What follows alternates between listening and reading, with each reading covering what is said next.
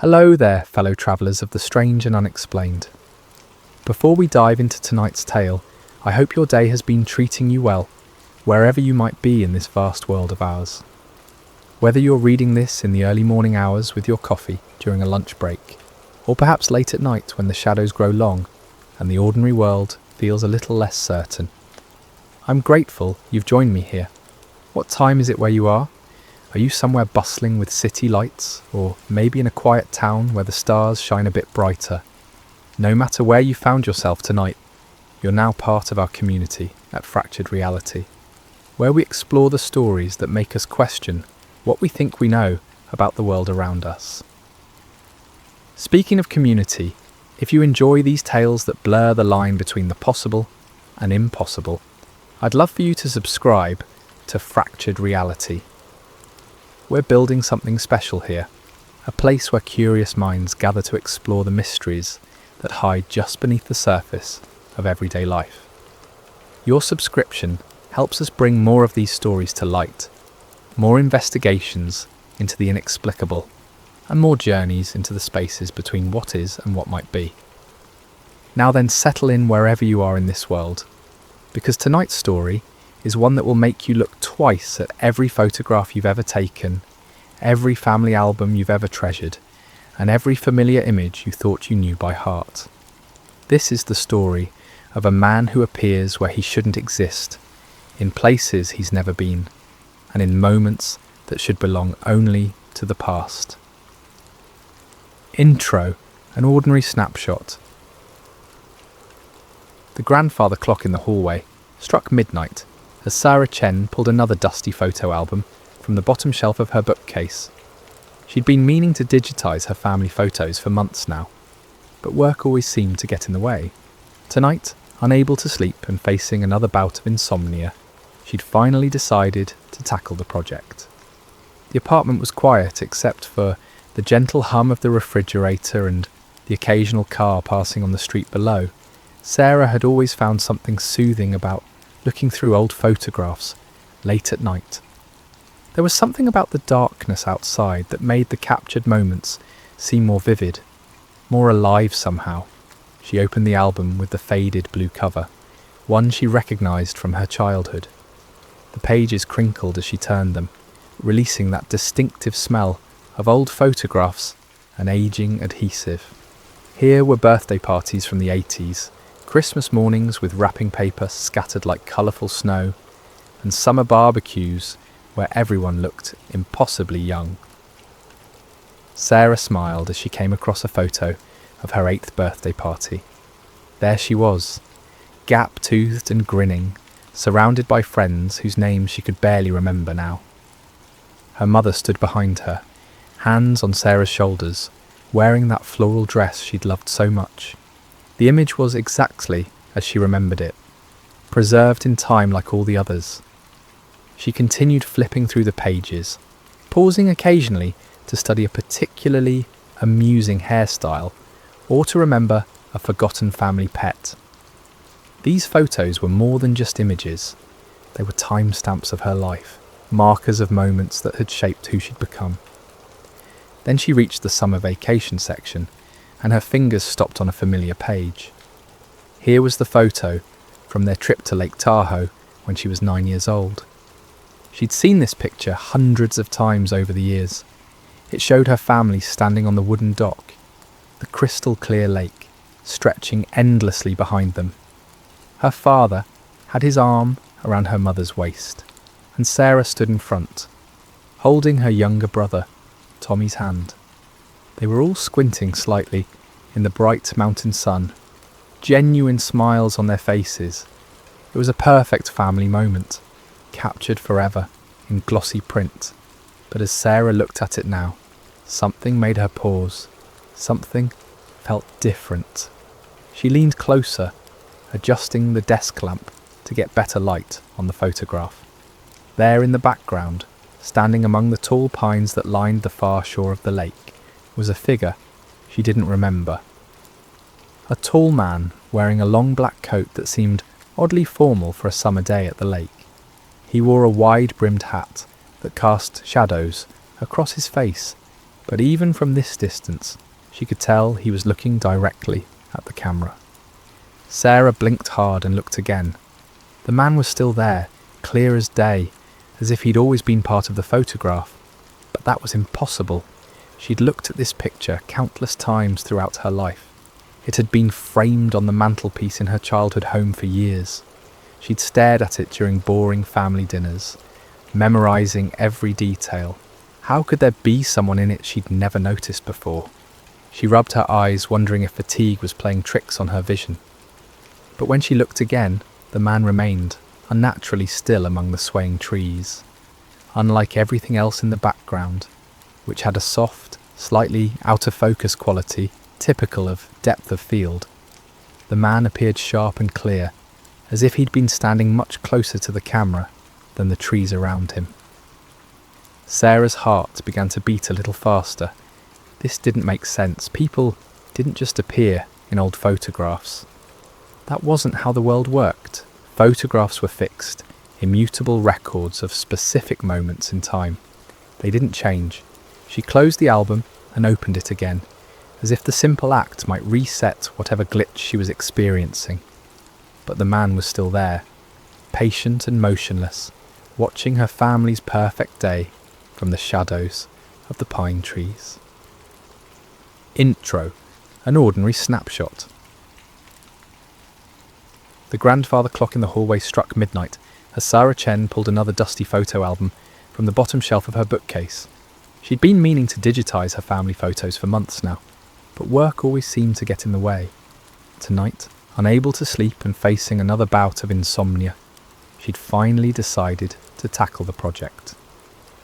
The apartment was quiet except for the gentle hum of the refrigerator and the occasional car passing on the street below. Sarah had always found something soothing about looking through old photographs late at night. There was something about the darkness outside that made the captured moments seem more vivid, more alive somehow. She opened the album with the faded blue cover, one she recognised from her childhood.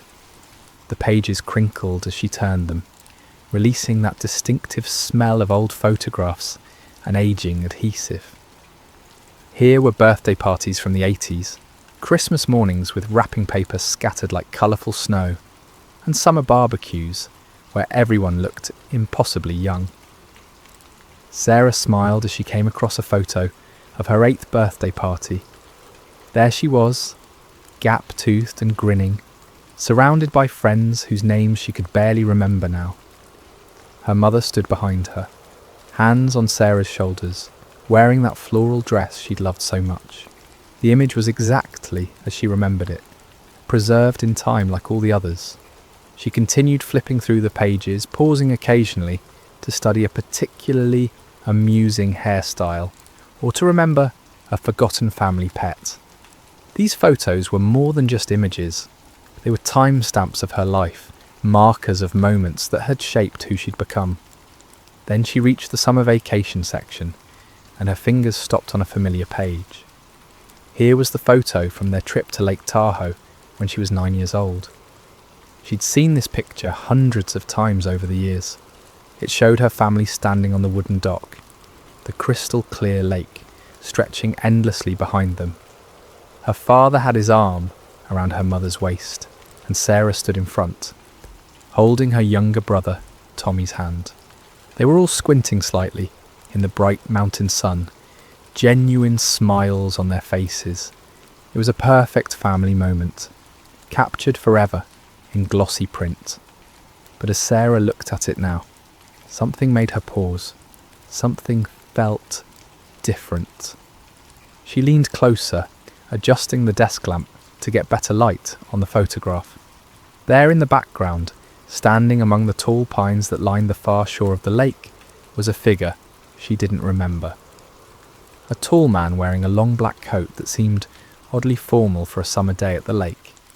He wore a wide-brimmed hat that cast shadows across his face, but even from this distance, she could tell that he was looking directly at the camera. Sarah blinked hard and looked again. The man was still there, clear as day, as if he'd always been part of the photograph, but that was impossible. She'd looked at this picture countless times throughout her life. It had been framed on the mantelpiece in her childhood home for years. She'd stared at it during boring family dinners, memorising every detail. How could there be someone in it she'd never noticed before? She rubbed her eyes, wondering if fatigue was playing tricks on her vision. But when she looked again, the man remained, unnaturally still among the swaying trees. Unlike everything else in the background, which had a soft, slightly out-of-focus quality typical of depth of field, the man appeared sharp and clear, as if he'd been standing much closer to the camera than the trees around him. Sarah's heart began to beat a little faster. This didn't make sense. People didn't just appear in old photographs. That wasn't how the world worked. Photographs were fixed, immutable records of specific moments in time. They didn't change. She closed the album and opened it again, as if the simple act might reset whatever glitch she was experiencing. But the man was still there, patient and motionless, watching her family's perfect day from the shadows of the pine trees. Chapter 1. The Impossible Consistency. Sleep became impossible after that discovery. Sarah spent the rest of the night staring at the photograph, alternately convinced she was losing her mind and absolutely certain that something impossible was happening.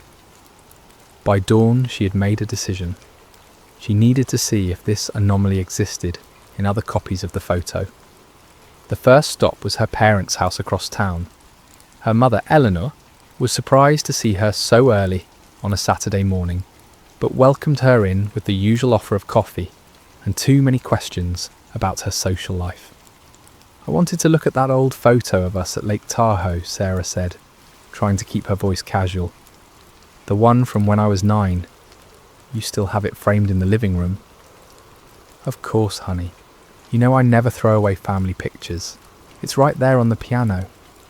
Sarah walked to the baby grand piano that dominated one corner of the living room, her steps feeling unnaturally loud on the hardwood floor.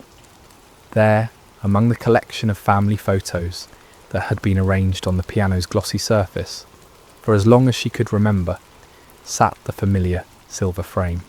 She picked it up with trembling hands and immediately saw him. The man in the black coat and wide-brimmed hat, standing among the pine trees, staring directly at the camera. He was exactly as she remembered from the album version, in precisely the same position, with the same unnatural clarity that made him seem to exist in a different plane from the rest of the background. "Mom," Sarah called, her voice slightly hoarse. "Can you come look at this photo with me?" Eleanor appeared at her elbow, wiping her hands on a dish towel. "What about it, dear? Do you see anything unusual in the background?" Her mother leaned closer, adjusting her reading glasses. For a long moment, she studied the image carefully. Sarah watched her face, looking for any sign of recognition, any indication that she too could see the impossible figure. "It's just the 4 of us on the dock," Eleanor said finally. "And the lake, of course. The trees. Why? What should I be seeing?" Sarah felt a chill run down her spine. "Right there," she said, pointing directly at the man. "Among the trees on the far shore. That tall figure." Eleanor looked where Sarah was pointing, her brow furrowed in concentration. She was quiet for nearly a minute, and Sarah could see her mother's eyes, scanning the exact area where the man stood. "I don't see anyone, sweetheart. Are you feeling all right? You look a little pale." Eleanor hesitated for a moment, her eyes darting back to the photograph with what Sarah now recognised as discomfort. "I suppose that would be all right. Just bring it back soon, won't you? I don't like having empty spaces where the pictures should be." Sarah's next stop was her brother Tommy's apartment downtown. Tommy was 3 years younger than her and worked as a graphic designer, which she hoped might give him a more analytical eye for visual anomalies. She found him nursing a hangover and a cup of coffee that looked strong enough to wake the dead. "Tell me what you see," Sarah said, producing the framed photograph. Tommy set down his coffee and took the frame, holding it up to catch the light from his living room window. His bloodshot eyes moved across the image methodically. "It's the Lake Tahoe trip," he said. "God, look how young we were." He paused, his expression shifting slightly. "Huh? What? Nothing. Just, I don't remember there being so many trees on that side of the lake. It looks darker than I remember." Sarah leaned forward. "Do you see anything else? Anyone else?" Tommy's eyes went back to the photograph, scanning more carefully this time. She could see the exact moment when his gaze passed over the spot where the man stood, because his expression changed. A shadow crossed his face and he set the photo down on his coffee table, as if it had suddenly become too heavy to hold. "I need some aspirin," he said abruptly, heading toward his bathroom. "This hangover is making me see things." But Tommy had already disappeared down the hallway, and when he returned a few minutes later, he refused to look at the photograph again. Sarah's final test was the digital version. She remembered her father scanning a bunch of old photos a few years back, creating a digital archive that he'd proudly shared with the whole family. She still had the files on her laptop, stored in a folder labelled Family Memories, that she rarely opened. Back in her apartment, Sarah pulled up the digital file of the Lake Tahoe photo. The image loaded slowly, line by line, as if her computer was reluctant to display it. And there he was again, pixel perfect in his impossible existence. The man in the black coat, standing among the digital pine trees, staring out from the screen, with eyes that seemed to track her movement. Each version was identical in every detail. The man stood in exactly the same position, wore exactly the same clothes, and had exactly the same posture. It was as if someone had taken a template of him and carefully inserted it into every single copy of the photograph that had ever been made. The most disturbing part wasn't just that the man existed in every copy. It was the growing certainty that everyone who looked at the photo could see him, but somehow their minds refused to process his presence. Her mother's uncomfortable fidgeting, Tommy's sudden need to leave the room, the way both of them had looked directly at the man, but claimed to see nothing. It was as if he existed in a space between perception and reality, visible but unacknowledgeable, present but impossible to consciously recognise. And for some reason, Sarah seemed to be the only one who could see him clearly. Chapter 2. Searching for the Stranger. Sarah barely slept that night. When she did drift off, she dreamed of being watched from a distance by a figure in a black coat who never moved, never spoke, but never looked away. She woke repeatedly, each time with the unsettling feeling that someone had been standing in her bedroom just moments before. By Monday morning, she had made a decision. If this man existed in her family's photograph, perhaps he existed in others as well. She called in sick to work and spent the day diving deep into the digital realm of image searches and facial recognition technology. Sarah started with a reverse image search of the Lake Tahoe photograph. When she uploaded a cropped version showing just the man in the black coat, the results made her hands shake so badly she had to set down her coffee mug. There were dozens of matches, hundreds actually, photographs from all over the internet showing the same figure in the same black coat and wide-brimmed hat, always in the background, always looking directly at the camera. Sarah clicked through them methodically, her sense of reality eroding with each new image. Here he was, at a wedding in Portland, standing behind the flower arrangements. There he was at a high school graduation ceremony in Texas, visible among the crowd in the bleachers. Another showed him at a concert in New York, his pale face visible in the sea of fans despite the distance. The timestamps on these images spanned decades. Some were clearly recent, shot with digital cameras and posted to social media sites. Others had the grainy quality of older film photography, with dates stamped in orange numbers showing years from the 1990s, the 1980s, even the 1970s. Sarah found him at birthday parties and funerals, at sporting events and political rallies, at casual family gatherings and formal ceremonies. Always in the background, always watching, always wearing the same clothes despite the passage of decades. The most unsettling aspect was his consistency. In every single photograph, he stood with the same posture, his head tilted at the same slight angle, his face bearing the same neutral expression. It was as if someone had taken a single template and carefully pasted it into thousands of different images across the span of 50 years. Sarah started taking screenshots and organising them by date and location. What emerged was a pattern that made her stomach turn.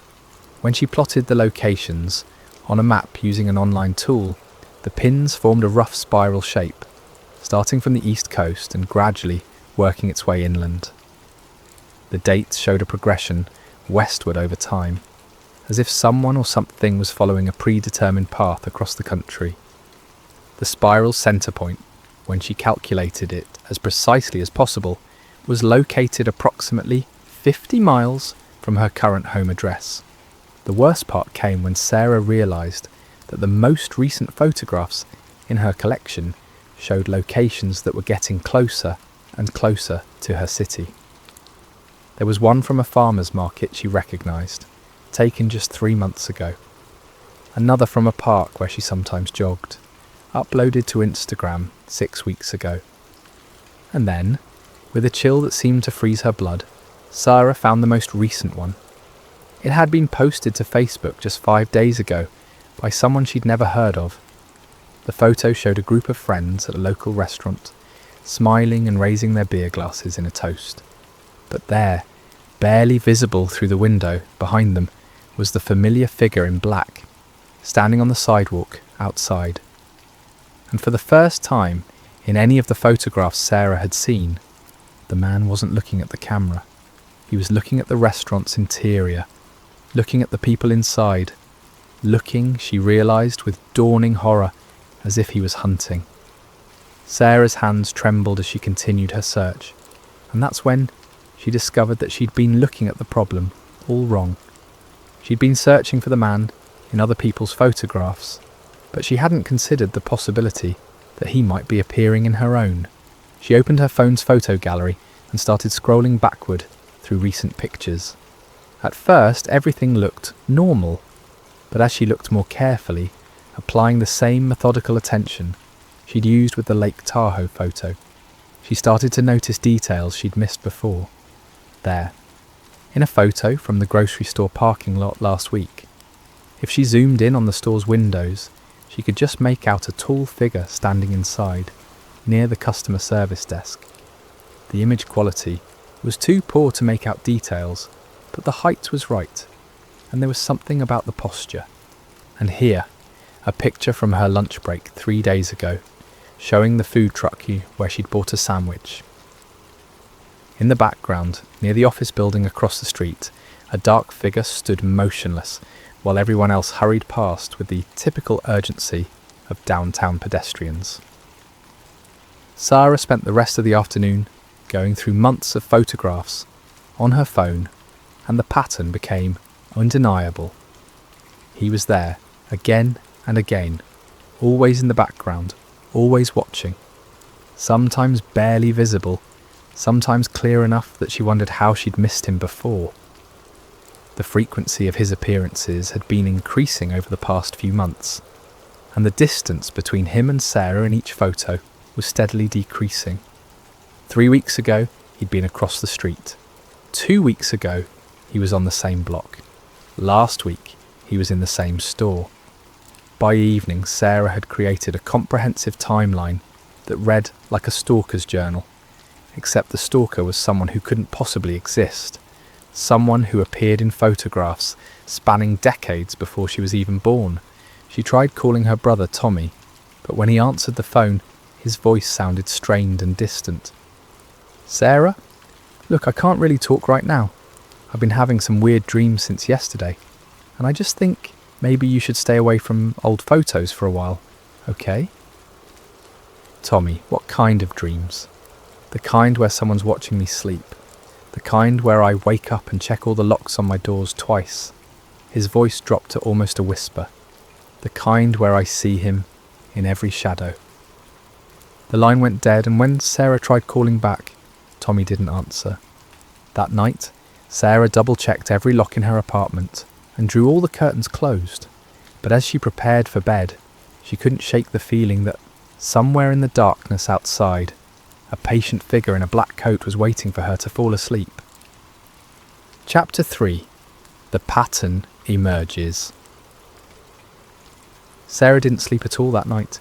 Instead, she sat at her kitchen table with her laptop open, diving deeper into the mystery that was consuming her life. She'd created spreadsheets, maps, and timelines, trying to find some logic in the impossible pattern of appearances. What she discovered was far more terrifying than random, supernatural encounters. The man wasn't just appearing in photographs. He was following a precise schedule, moving according to rules that were becoming clearer with each hour of research. Sarah had downloaded mapping software and plotted every single confirmed sighting she could find, using the metadata from digital photos to get exact coordinates where possible. The spiral pattern she'd noticed before became even more defined when she included her new data. It wasn't a rough spiral, it was mathematically precise, following a logarithmic curve that tightened as it approached its centre point. And that centre point was her apartment building. But the spatial pattern was only half the story. When Sarah analysed the temporal pattern, the timing of each appearance, she discovered something that made her blood run cold. The intervals between sightings were decreasing in a predictable sequence. What had started as months between appearances had become weeks, then days. Based on her calculations, if the pattern continued, the next appearance would be within hours. She was so absorbed in her work that she almost missed the soft sound from her front door. A gentle scraping, as if something had been slipped underneath. Sarah froze, listening intently, but heard nothing else. No footsteps in the hallway, no sound of the elevator or stairwell door. After several minutes, she crept to the front door and peered through the peephole. The hallway was empty and brightly lit by the fluorescent fixtures that never went out. She waited another few minutes before slowly opening the door and looking down. There on the carpet just inside her threshold was a Polaroid photograph. Sarah's hands shook as she picked it up. The image was still developing, the chemicals creating that familiar mottled pattern as the picture slowly emerged. But she could already see enough to know what it would show. It was the Lake Tahoe photograph, but not as she'd ever seen it before. The composition was identical. Her family on the dock, the lake stretching behind them, the pine trees on the far shore. But now the man in the black coat was no longer standing among the distant trees. He had moved closer, much closer. Now he stood at the edge of the dock, just a few feet behind her 9-year-old self, close enough that his shadow should have fallen across her family. But there was no shadow. There was no indication that anyone else in the photograph could see him. Her family smiled at the camera exactly as they had in the original, completely unaware of the impossible figure standing just behind them. On the back of the Polaroid, someone had written a message in handwriting that Sarah recognised with a shock that made her legs weak. It was her own handwriting, the same distinctive loops and slants she'd had since high school, but the message was something she'd never written. "Don't let him in." Sarah stared at the words until they seemed to blur and swim on the paper. She had no memory of writing them. She had no memory of having this photograph. But the handwriting was unmistakably hers, down to the specific way she crossed her T's and dotted her I's. She looked at the Polaroid again, and this time she noticed something else. In the original Lake Tahoe photo, the man had been looking at the camera. In this impossible new version, he was looking down at her 9-year-old self, his face visible for the first time beneath the wide brim of his hat. Sarah wished she couldn't see his face. His features were perfectly ordinary, almost aggressively normal. Medium build, unremarkable facial structure, the kind of face that would disappear in a crowd. But his eyes were wrong. They were too knowing, too patient, like someone who had been waiting for a very long time and was prepared to wait much longer. And he was smiling. Sarah spent the rest of the night researching everything she could find about impossible photographs, time paradoxes, and supernatural manifestations. She read about tulpas and thought forms, about quantum mechanics and parallel dimensions, about mass hysteria and shared delusions.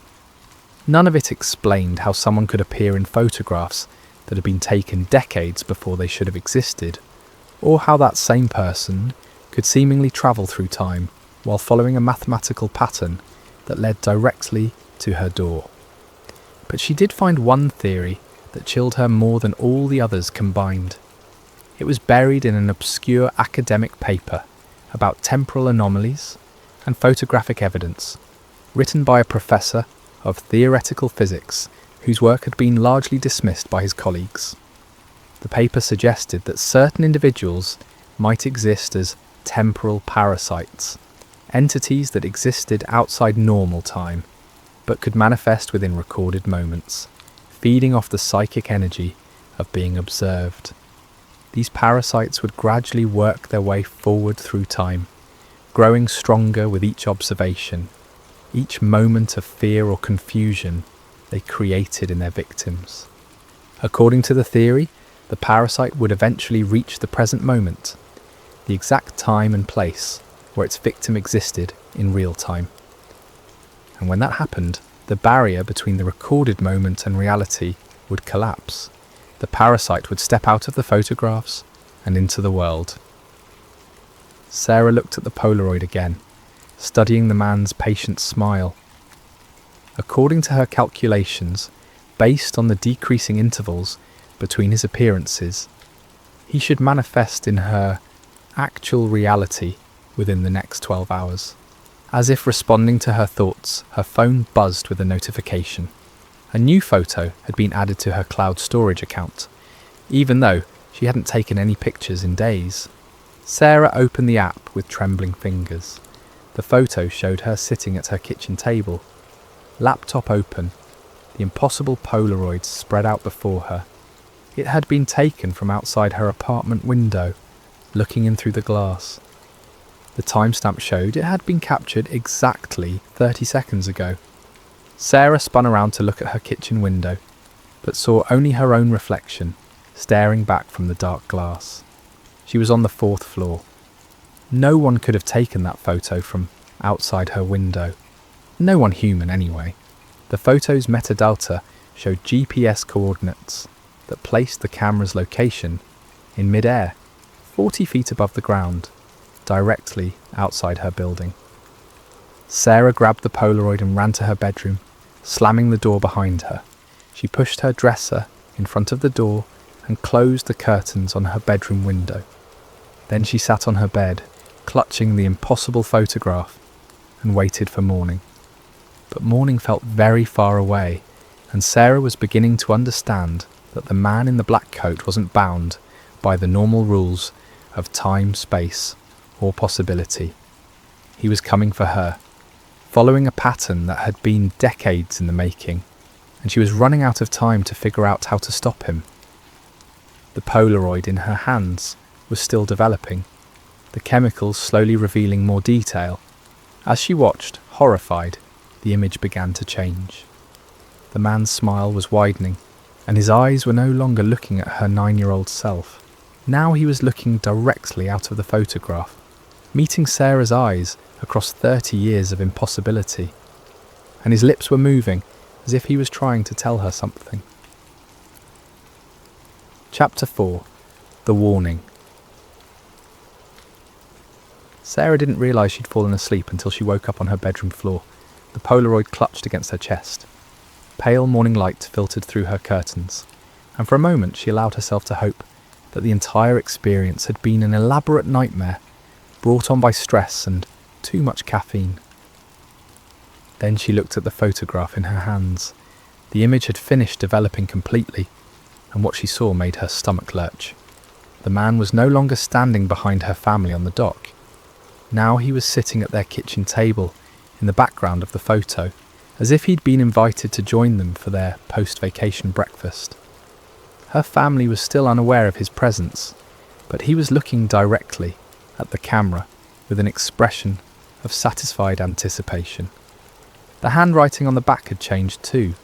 Where it had previously read, "Don't let him in," now there were additional words in the same impossible familiar script. "He's already inside. Find the others." Sarah stumbled to her bathroom and splashed cold water on her face, trying to process what was happening to her. Find what others? What others could there be?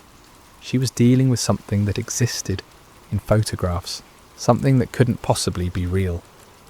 She checked her phone and found 17 missed calls from Tommy, all made between 3 and 4 a.m. The voicemails were increasingly frantic. "Sarah, call me back right now. Something's happening." "Sarah, I found more photos. Old photos. He's in all of them. Family photos I've never seen before just appeared in my apartment." "Sarah, please. I think he's been watching our family for a lot longer than we thought. I think he's been watching us our whole lives." The final voicemail was barely a whisper. "Sarah, I found a photo of Mum and Dad's wedding. He's standing right behind the altar. But here's the thing. Mum and Dad got married in 1978. The photo I found shows a date of 1977. It's like he was there waiting for them to get married before they even decided to do it." Sarah called Tommy back immediately, but the phone went straight to voicemail. She tried 3 more times with the same result. She threw on clothes and drove to Tommy's apartment, breaking several traffic laws in her panic. His landlord let her in, after she explained that she was worried about her brother's welfare. What she found in his living room made her understand that the situation was far worse than she'd imagined. Tommy's coffee table was covered with dozens of photographs she'd never seen before. Old family photos, but not from any album she remembered.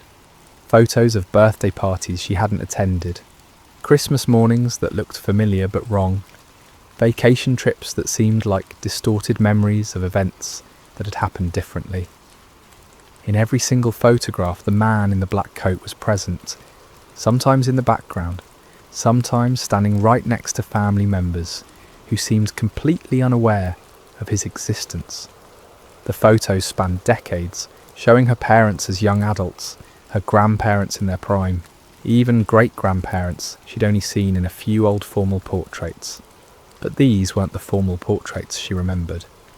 In these versions, the man was there too, standing behind the photographer, visible in mirrors and reflective surfaces, his patient presence contaminating generations of family memories.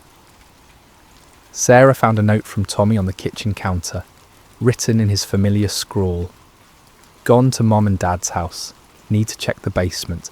Need to see how far back this goes. If you find this, don't follow me. Find the pattern. Stop him." The basement.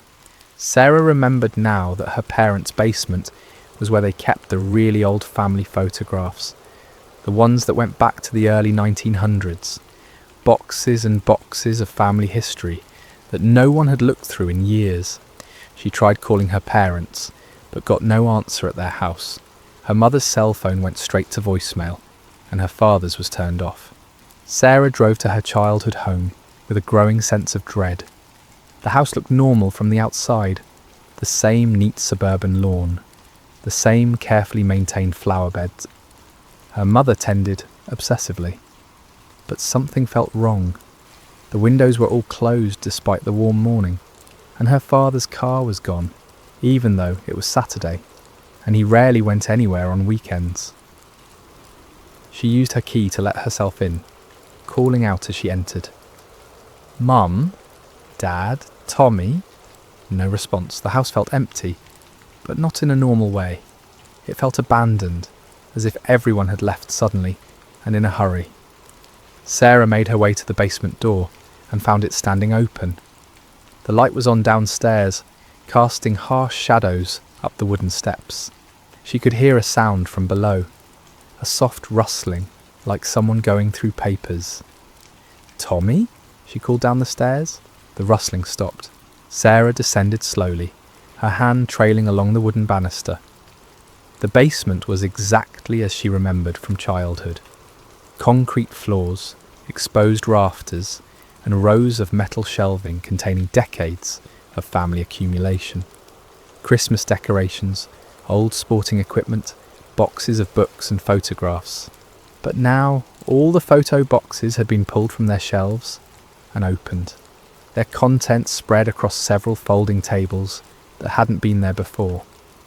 Hundreds of photographs were arranged in chronological order, creating a timeline of her family's history that stretched from the early 1900s to the present day. And in every single photograph, without exception, the man in the black coat was present. Sarah moved along the tables, studying the impossible collection. Here was her great-grandmother's wedding photo from 1923, and there he was in the back row of guests. Here was her grandfather's military portrait from World War II, and there he was reflected in the window behind the photographer. Photo after photo after photo, spanning nearly a century, all showing the same unchanging figure, watching her family with patient predatory interest. At the end of the timeline, she found something that made her legs give out. She sank into a folding chair, staring at a collection of photographs that hadn't been there when she'd started looking. They were photos of her future. The pictures showed Sarah at various ages beyond her current 28 years. There she was at 30, at 35, at 40, at 50. In each photo, she looked older, more worn down, more frightened. And in each photo, the man in the black coat was closer than he'd been in the previous image. The final photograph in the sequence showed an elderly Sarah, maybe 70 years old, lying in what appeared to be a hospital bed. The man in the black coat was standing right beside the bed, his hand resting on the blanket covering her legs. For the first time in any of the photographs, he wasn't looking at the camera. He was looking down at the elderly Sarah with an expression of satisfaction, as if he'd finally achieved something he'd been working toward for a very long time. On the back of this impossible future photograph, someone had written a message in handwriting that had evolved over decades but was still recognisably her own. He gets everyone in the end. The only way to stop him is to make sure he never started. Sarah sat in that basement for a long time, surrounded by a century of impossible photographs, trying to understand what kind of entity could manipulate time itself to stalk a family across generations. The evidence was overwhelming.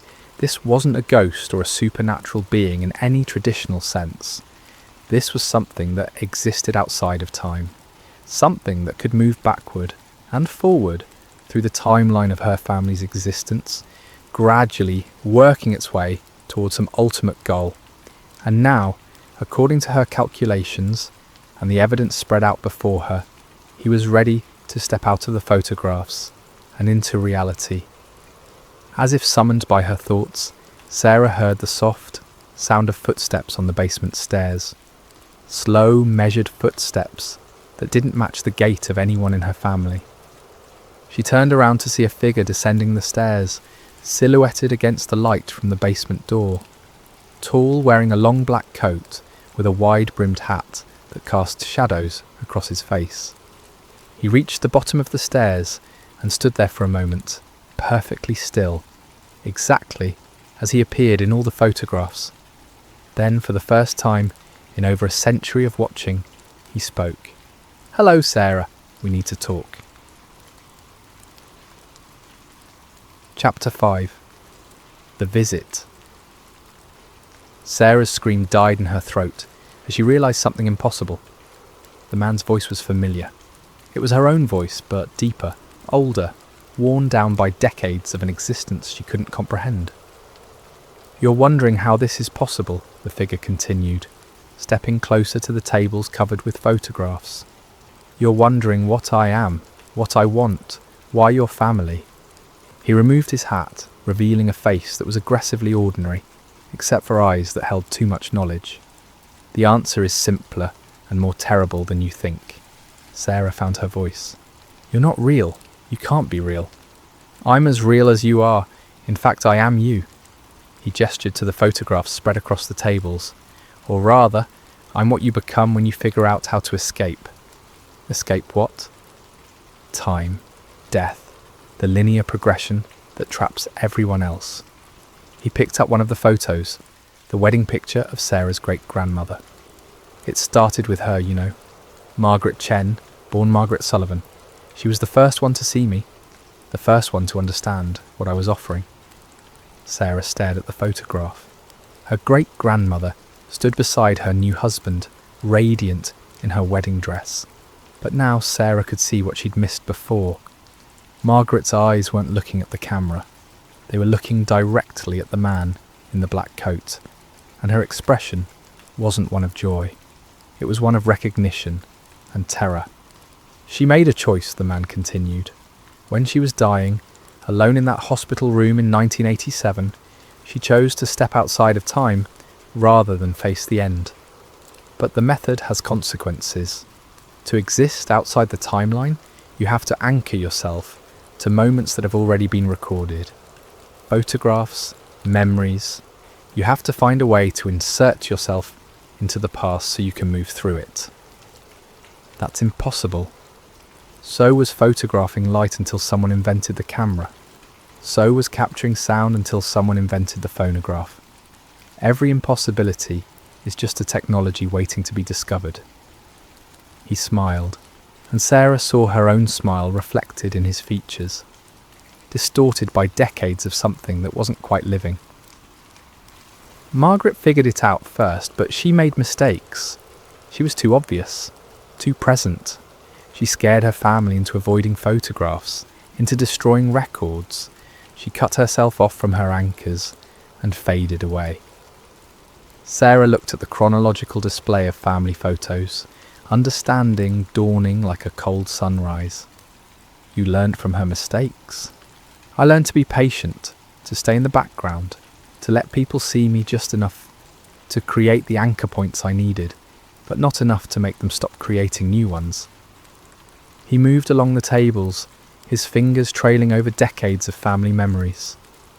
"Every photograph your family took, every moment they recorded, gave me another foothold in their timeline. And gradually, I moved forward, generation by generation, waiting for the right moment, the right person. Why me? Because you're the only one who can see me clearly, the only one whose mind doesn't reject my presence." He picked up the Polaroid that had been slipped under her door, the one showing him standing behind her 9-year-old self. "Do you know why that is?" Sarah stared at the photograph, and suddenly she understood. The handwriting on the back wasn't just hers, it was her handwriting from the future, from a version of herself that had already made the choice he was offering. "I already said yes," she whispered. "In one timeline, yes, but time isn't linear when you know how to navigate it. There are branches, possibilities, moments where different choices create different futures." He set down the Polaroid and looked directly at her. "In some timelines you accept my offer and join me outside of time. In others, you refuse and face the normal human ending, aging, death, the gradual forgetting that comes to everyone. And in this timeline, that depends on what you choose right now, in this moment." Sarah looked around the basement at the evidence of a century-long manipulation, at the photographs showing her own future decline and death. "What exactly are you offering?" "Immortality. Not the kind where you live forever and watch everyone you love die. The kind where you step outside of the timeline entirely. You can visit any moment that's ever been photographed, exist in any recorded memory. You can see your family again when they were young, experience every happy moment over and over, never lose anyone, because you can always return to when they were alive." It was tempting. More than tempting. Sarah thought of her grandparents, dead for years now, her childhood dog, friends who had moved away or drifted apart, all of them preserved in photographs, all of them accessible if she could just step outside of linear time. But there's a price, she said. There's always a price. You have to anchor yourself to the photographs gradually, the way I did. You have to spend decades moving through your family's timeline, inserting yourself into their recorded moments, and you have to find someone else to take your place eventually, someone who can see you the way you see me. Sarah understood now why he'd been so patient, so methodical. He wasn't just offering her immortality, he was offering her his job, his eternal responsibility to exist in the spaces between moments, to gradually work his way forward through time until he could make the same offer to the next generation. My family, she said, in all those photographs where they can't see you, do they know? On some level, do they understand what's happening? They know something is wrong. They know they're being watched, but their minds protect them by refusing to process my presence. It's a mercy, really. The alternative would be madness. Sarah thought of her mother's discomfort when looking at the Lake Tahoe photo, of Tommy's sudden need to leave the room, of the way everyone in her family had seemed to avoid looking directly at the man, even when he was standing right in front of them. If I say no, then you continue on your normal timeline. You age, you die, and eventually you're just another person in old photographs that future generations will forget. But you'll always know what you could have chosen. You'll see me in every family photo for the rest of your life, watching from the background, waiting for the next person who can see me clearly. And if I say yes, then you step outside of time tonight. You begin the process of anchoring yourself to your family's recorded moments. And someday, decades from now, you'll stand in a basement like this one and make the same offer to someone else.